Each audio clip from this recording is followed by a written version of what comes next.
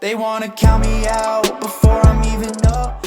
Hello and welcome back to Residual Royalty Academy. Before we get into the video, I just want to say that make sure you subscribe to the Residual Royalty Academy YouTube channel and make sure to check out the free course if you've not done so already. But in this video, we're going to be talking about the face-off. So which is better, low and no content or high content publishing? And I'm also going to be answering the question, am I quitting low content in favor of high content publishing? So stay tuned throughout this video. I've got a feeling it's going to be a good one. So let's get straight into it. So what does low and no content publishing include?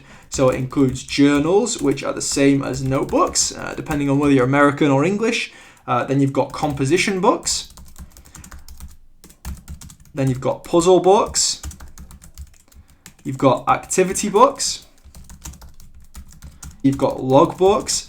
You've got record books. You got colouring books and more, all in low content publishing and no content publishing that you can make for pretty much free. Okay, so that is one of the big advantages of low and no content publishing. So I guess with high content publishing, what you've got is these kind of 10 to 30,000 word books.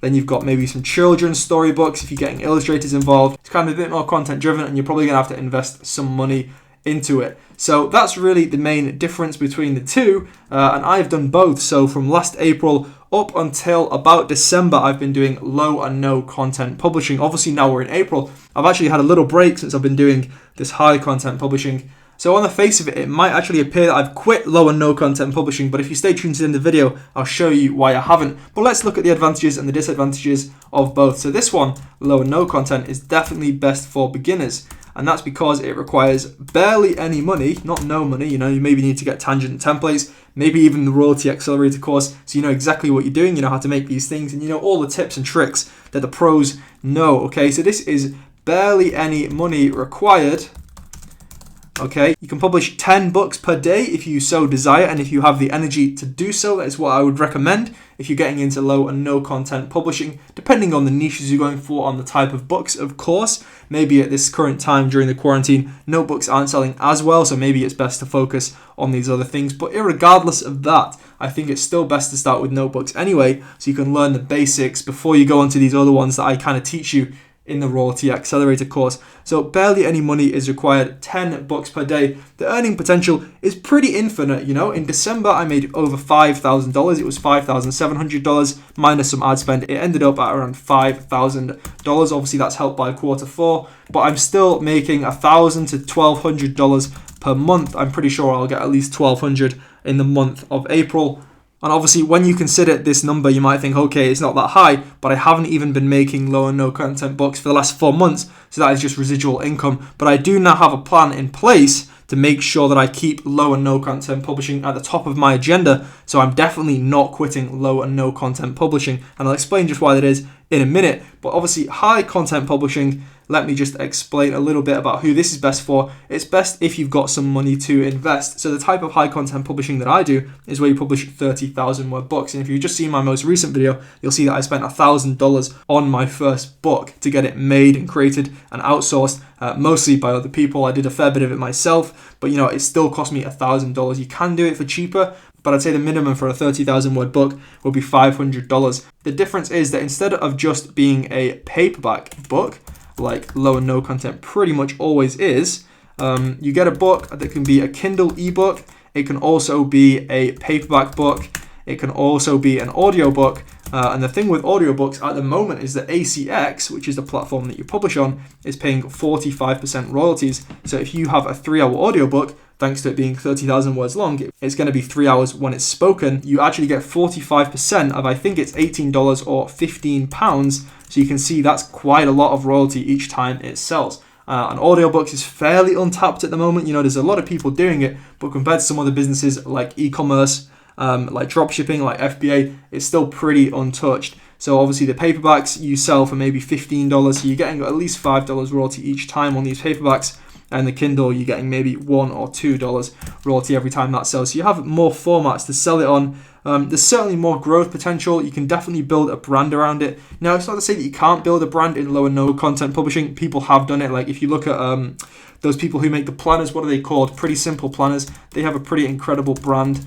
And I know that around the new year they were selling just crazy amounts of these new year planners. So it's not to say that you can't build a brand with low and no content publishing, but you're going to need some good design skills to make that happen, and certainly dedicate a lot of time to it. So with high content publishing, you can make brands around your pen names, you can get email lists, you can make Facebook groups. There's a lot more aspects and ways to make a brand around it so that it could potentially have more longevity. Really, the reason I started this high content publishing isn't because I thought there was anything wrong with low content publishing. I just have seen people have a lot of success with it, and it's pretty closely related. So I knew that by trying it, it's not too different and it's not straying too far from here. So I thought that I had a pretty good chance at being successful with it. So far I've got 2 books published. I've got 2 that are ready to be published, but are just not yet finished. And I've got 2 more that I'm going to be ordering soon. So that'll be 6 books, and then you bundle them together. If you don't know what that means, just check out some other publishing YouTube channels like the Mixlin Twins, and they'll explain what bundling is. It's basically where you turn 2 separate books into a third book where both of those first 2 are combined, and in effect it gives you a third book. So you're getting really good value for money out of that. And really, the earning potential of high content publishing, it's not to say that it's any better than low content publishing, because there's people who make a hell of a lot of money with low content publishing. It just seems that there's more people making upwards of 10k a month with high content publishing. So that is why I wanted to get into it. I really want to scale my publishing business. But let's jump back onto this low and no content publishing. So answering the question, am I quitting low and no content publishing? And the answer is that I'm absolutely not. So if you're in the Royalty Accelerator course, you would have seen a video about outsourcing, and that is actually what I'm doing right now. So it's been about 4 months, as I say, since I've been making low and no content publishing. But after having a call with a really successful publisher, he made me realize that I should still do low and no content publishing, but what I should do is just outsource it to somebody else. So right now I'm in the process of training and hiring somebody to work full time on my low and no content publishing. So they're going to be making the books for me. As I say, full time, every single month. I'm going to pay them in return for making these books. But then obviously I'll own the books and I can publish them. And that way I've got the low and no content publishing side covered. So I can grow this $1,000 to $1.2 thousand per month figure that I'm currently stuck at to hopefully $2,000 or $3,000 a month, while I will also work on the high content at the same time. So in effect, I've got the best of both worlds. So as I say, if you do ever feel like you're getting a bit tired of low and no content publishing, what you can do is train somebody and teach somebody else how to do it for you. And in effect, you can then do both of these at the same time. So obviously you do require a little bit of money to hire somebody, and you do also require money for this one over here. But hopefully if you've executed well enough and you've listened to everything that I've said about low and no content publishing, then you should have royalties coming in every single month. And as long as you're not spending too much money on life expenses or whatever it may be, you should have money left over in order to pay for this outsourcing. It's not expensive. And in the Royalty Accelerator, I do talk about where you can get these people for pretty cheap. And you should also have some money left over for this if you've been executing on the low and no content publishing to the best of your abilities. Now, it's not to say that I couldn't have just kept doing low and no content full time, but I just wanted to explore this. And obviously when I've been doing the high content, I've realized that I've been slacking over here, and that is why I'm now outsourcing the work to somebody else. So I hope that's been an informative video. I hope you've now seen the difference between them, the difference in cost. Kind of these books, as I say, they're going to be $500 to $1,000 per book, and you're going to also have to spend a bit of money on outsourcing if you do want to ever outsource these things. But remember, the point of actually starting a business is not so that you can become a slave to it. The point is to outsource it and eventually have staff working for you so you can sit at the top and bring all the money in while providing these people with a great income, providing staff with a lifestyle so that they can live their life. And really, it just seems like a great thing to do. So I hope it's been a useful video for you. I hope you've maybe learned something that you didn't know before, or maybe you can even consider outsourcing your low and no content books to somebody else, or maybe you keep making them yourself and you just get somebody else on board as well to make even more books, so you just got double the output. That's also a great option. So as I say, make sure you like the video, hit subscribe. And yeah, in answer to the question, no, I'm not quitting low and no content publishing. In summary, there's no better method. I just wanted to try this one and see if I could make a success of it. So that is what I'm currently doing. So drop a like on the video, hit subscribe, and I'll see you. They wanna count me out before I'm even up. They wanna bring